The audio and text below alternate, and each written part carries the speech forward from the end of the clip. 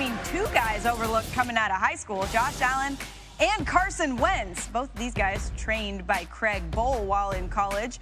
Carson's tight end, Zach Ertz, well, this guy is still looking for his first 100-yard game this season. That'll be tough to do against this Bills defense. Josh Allen's Bills are off to an impressive 5-1 start. They haven't faced the toughest competition just yet. Their wins came against teams that are a combined 6-27 so far this season. Today, he'll face an Eagles defense that's struggled, to put it lightly. They've given up 75 points in the last two games. Randy, look, we know this Bills defense is for real. The question for a while now has been about this offense. Are you ready to say that this team as a whole is for real this season? Well, I think that when you look at what they've done this season, there's been some ups and there's been some downs, but I'm very impressed with the Buffalo Bills because they're competing against the New England Patriots. So for them to be where they are, I'm very impressed with them, and I do think they're legit. And the reason why is because the sophomore quarterback in Josh Allen, I like what I'm seeing in him in the pocket, being able to extend plays.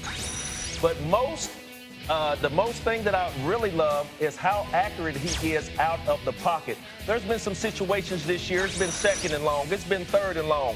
Josh Allen has been able to get the offense out of bad plays, getting out of the pocket, outside of the tackles, and being able to pinpoint this ball right in the sternum of his pass catcher. So, like I said, there has been some ups. But I think that everything that I've seen in Josh Allen in the last 2 years looks toward going up.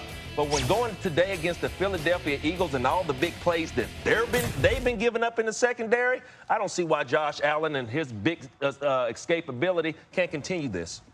I'm not surprised that you love Josh Allen outside the pocket because he's got this rocket arm, probably one of the only people on the planet that could reach you deep when you scramble. But for me, I don't see consistency. When he breaks the pocket or even when he's playing, he'll have good games, he'll have bad games. He's just kind of a work in progress to me right now. He had a great game against the Miami Dolphins.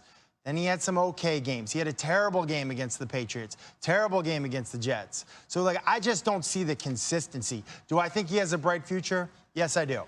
But I just don't think he's ready. This is a wild card team at best, in my mind. Matt, I look at it this way.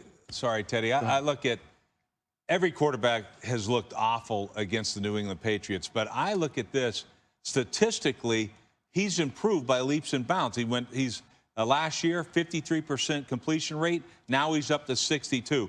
I give a lot of credit to Brian Daboll. I think I see progression. Look, this is a 4-year project to where they want this guy to get to. And in the meantime, he's still winning games. Yes. Yeah. Why? He's so athletic.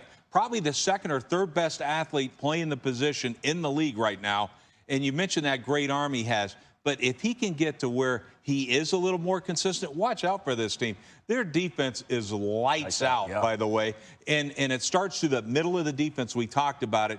They picked up Jordan Phillips from Miami, who I have no idea what they were thinking when they let him go. But he has been a dominant force as a D tackle. Tremaine Edmonds, probably the best middle linebacker in the league that no one talks about. Yep. Two great safeties. Lorenzo Alexander still playing at a high level.